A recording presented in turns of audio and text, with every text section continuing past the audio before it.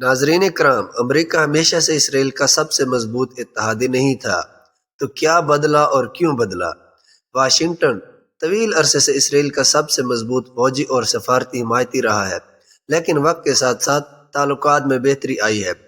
14 مئی 1948 کو جب یہودی ریاست نے آزادی کا اعلان کیا تو امریکہ وہ پہلا ملک تھا جس نے نئی اسرائیلی حکومت کو حقیقت میں تسلیم کرنے کی پیشکش کی۔ 75 سال بعد واشنگٹن طویل عرصے بعد اسرائیل کا سب سے مضبوط فوجی اور سفارتی اتحادی رہا ہے، لیکن یہ ہمیشہ ایسا نہیں تھا۔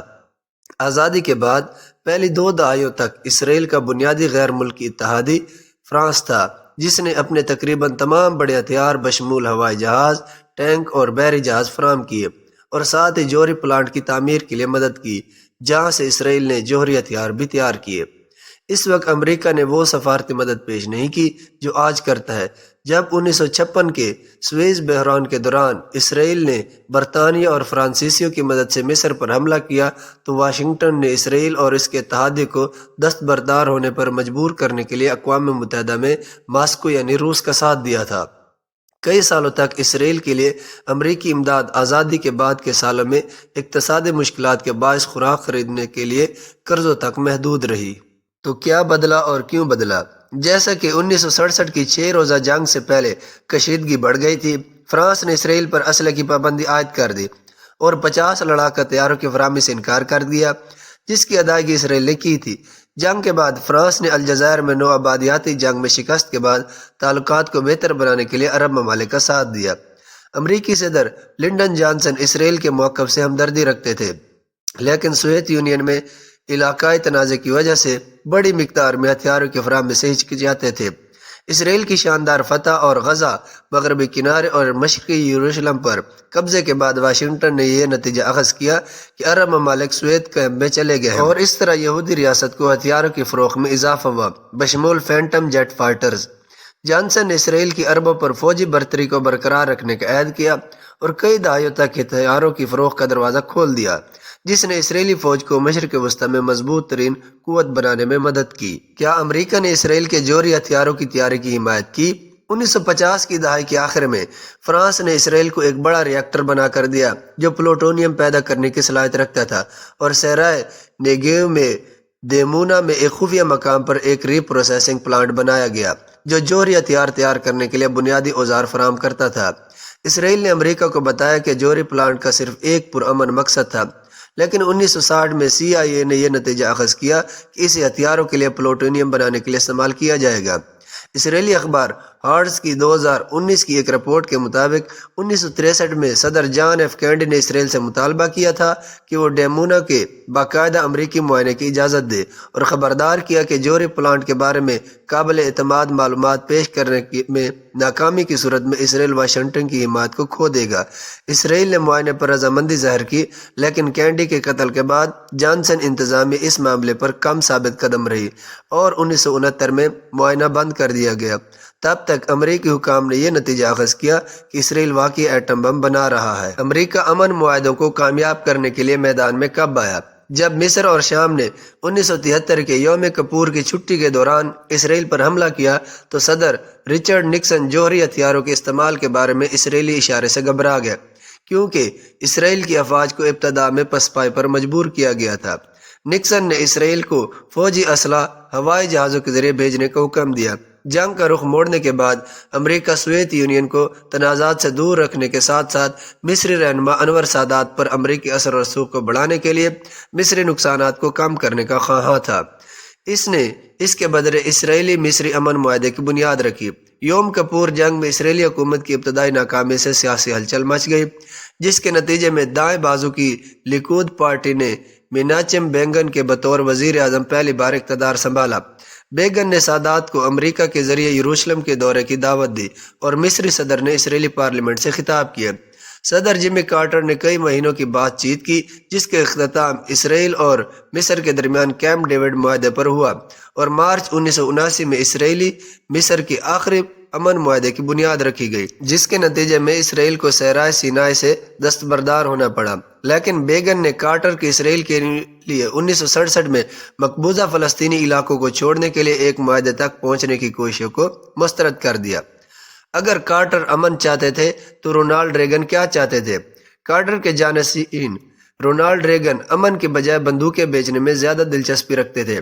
اسرائیل کے لیے فوجی حمایت ریگن انتظامیہ کے تحت مستحکم ہوئے، جس نے اسرائیل کا زیادہ مضبوط سفارتی دفاع بھی کیا، خاص طور پر اسے اقوام متحدہ میں تنقید سے بچایا۔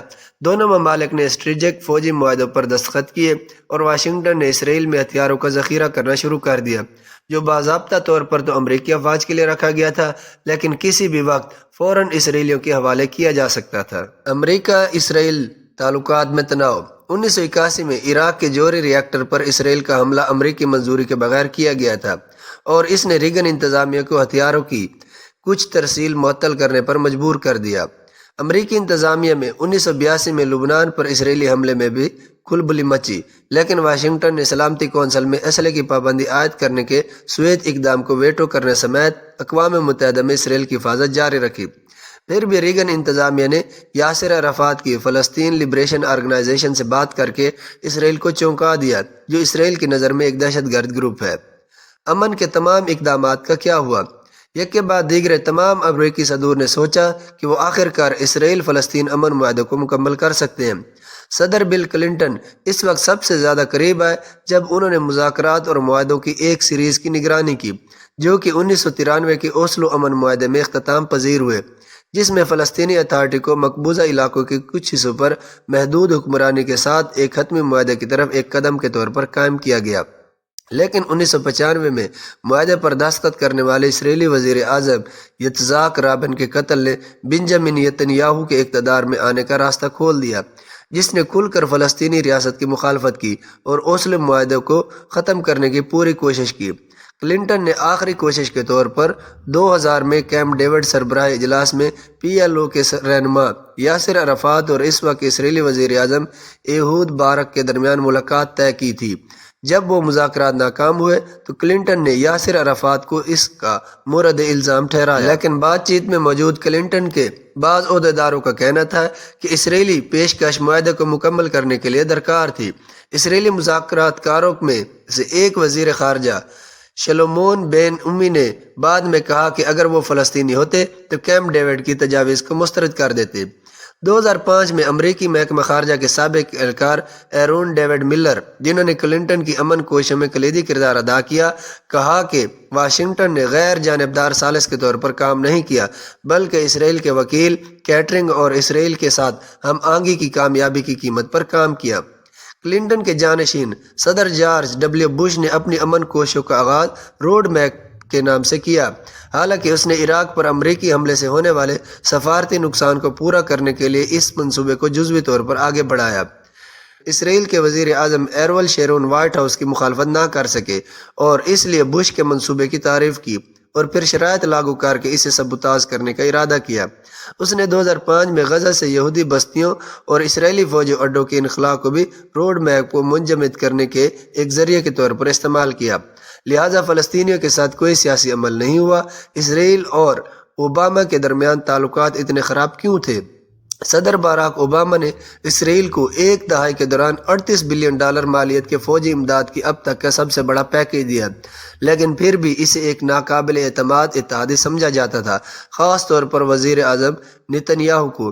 اسرائیلی حکام اس وقت سخت ناراض ہو گئے جب اوباما نے بطور صدر خطے کا اپنا پہلا دورہ قاہرہ کرنے کا انتخاب کیا، جہاں انہوں نے عراق جنگ کے بعد مسلم دنیا سے ایک نئی آغاز کا وعدہ کرتے ہوئے ایک تقریر کی۔ اوباما اور نتنیاہو کی وائٹ ہاؤس میں ملاقات ہوئی، جہاں صدر نے کہا کہ وہ یہودی بستیوں کی تعمیر کو روکنا چاہتے ہیں اور اسرائیل فلسطینیوں کے ساتھ امن مذاکرات کو سنجیدگی سے لینا چاہتے ہیں۔ اوباما انتظامیہ کے کچھ اہلکار چاہتے تھے کہ وہ نتنیاہو کے لیے بات چیت پر رضامندی کے لیے ایک حتمی تاریخ مقرر کریں، ورنہ فلسطینی ریاست کے لیے اپنے منصوبے کے ساتھ آنے والے امریکہ کا سامنا کریں، لیکن یہ عزم اس وقت ختم ہو گیا تھا کیونکہ اسرائیلی رہنما نے امریکہ میں اپنی سیاسی حمایت کو متحرک کیا، خاص طور پر ریپبلکنز جو اوباما کو زیر کرنے پر خوش تھے۔ نتنیاہو نے ایران کے ساتھ جوہری پروگرام کو روکنے کے امریکی معاہدے کی بھی کھل کر مخالفت کی اور اسے ایک تاریخی غلطی قرار دیا جس سے تہران کو جوہری ہتھیار بنانے کا موقع ملے گا۔ اسرائیلی رہنما نے کانگریس سے خطاب میں وائٹ ہاؤس کی پالیسی پر کھل کر تنقید کرنے کا بے مثال قدم اٹھایا اوباما نے اقتدار کے آخری دنوں میں ایک بڑا قدم اٹھایا جب امریکہ نے غیر معمولی طور پر اسرائیلی بستیوں کی تعمیر کی مذمت کرنے والی اقوام متحدہ کی سلامتی کونسل کی قرارداد کو ویٹو کرنے سے انکار کر دیا۔ نیتن یاہو نے جواب میں کہا کہ وہ وائٹ ہاؤس میں ڈونالڈ ٹرمپ کی آمد کے منتظر ہیں۔ تو کیا نیتن یاہو ٹرمپ کے ساتھ ہو گئے؟ صدر کے طور پر اپنی مدت کے اختتام تک ڈونالڈ ٹرمپ دنیا کے بیشتر حصوں میں بے حد غیر مقبول تھے، لیکن اسرائیل اس سے خوش تھا جب اس نے امریکی سفارت خانے کو تل ابیب سے یروشلم منتقل کیا اور اس شہر کو اسرائیل کا دارالحکومت تسلیم کیا، جسے زیادہ تر ممالک نہیں مانتے۔ ٹرمپ انتظامیہ نے اسرائیل اور کئی عرب ممالک کے درمیان تعلقات کو معمول پر لانے کے لیے معاہدوں پر بات چیت کی۔ اس نے اپنی اسرائیل فلسطینی امن تجویز بھی پیش کی، جس نے اسرائیل کو مغربی کنارے کے تقریباً 30% حصے کو الحاق کرنے کی اجازت دی۔ اس منصوبے میں اسرائیلی سرزمین سے گرے ہوئے کئی حصوں پر مشتمل ایک فلسطینی ریاست کا وژن شامل تھا، جو اسرائیلی تجاویز سے بڑی مشابہت رکھتا ہے، جسے جنوبی افریقہ کے سیاہ فام وطنی نظام کی نقل کے طور پر بیان کیا گیا ہے۔ ٹرمپ کے Secretary of State Rex Tillerson نے کہا کہ جب صدر کی جانب سے نیتن یاہو کو فلسطینیوں کی ساتھ امن کی راہ میں اصل رکاوٹ کی تجویز پیش کی گئی تو اسرائیلی رہنما نے فلسطینی صدر محمود عباس کی ایک جعلی ویڈیو بنوائی جس میں وہ مبینہ طور پر بچوں کے قتل کا مطالبہ کر رہے تھے۔ اس بات پر ٹرمپ کا موقف پھر فلسطینیوں کے خلاف بدل گیا۔ اگلے سال ٹرمپ ایران جوہری معاہدے سے بھی دستبردار ہو گئے اور آج امریکہ ہسپتالوں اور مہاجر کیمپوں پر بمباری کے باوجود کھلے عام اسرائیل کا دفاع کر رہا ہے، لیکن پس پردہ اسرائیل پر دباؤ بڑھ رہا ہے۔ دوستو، آپ کو یہ ویڈیو کیسی لگی؟ اگر یہ ویڈیو آپ کو انفارمیٹیو لگی ہے تو ہمارے چینل کو سبسکرائب کرنا نہ بھولیے گا۔ ملتے ہیں اسی طرح کی اگلی معلوماتی ویڈیو کے ساتھ، تب تک ہمیں دیجیے اجازت۔ اللہ حافظ۔